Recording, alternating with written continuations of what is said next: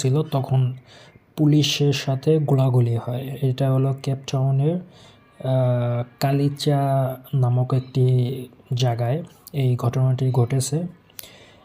এই কিছু দুর্ধর্ষ সন্ত্রাসী তারা এই মাস্ক টাস্ক পরে টরে এই এখন দেখা গেছে যে গান শট হবে।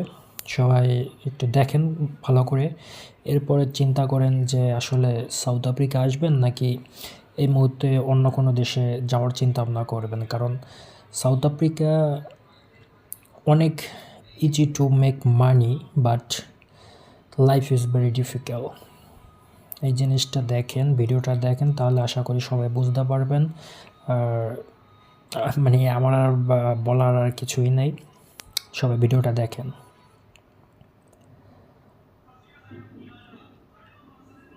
এই তারা একটি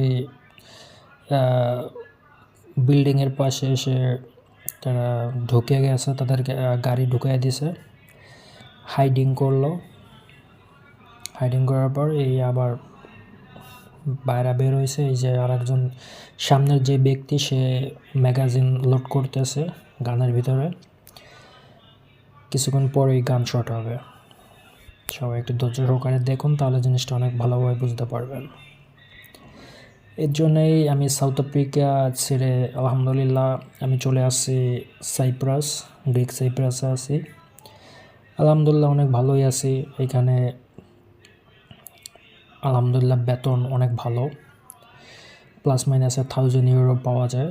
তা তো দেখা গেছে বাংলাদেশি টাকা 1,40,000 টাকা।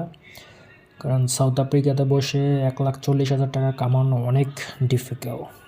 কারণ 1,40,000 টাকা কামাইতে হলে আপনার মিনিমাম 20 থেকে 25 লক্ষ টাকা আপনার ইনভেস্ট করতে হবে, তারপর আপনি কামাইতে পারবেন। এই যে দেখেন, এই যে গান শট হইতে আছে পুলিশের সাথে।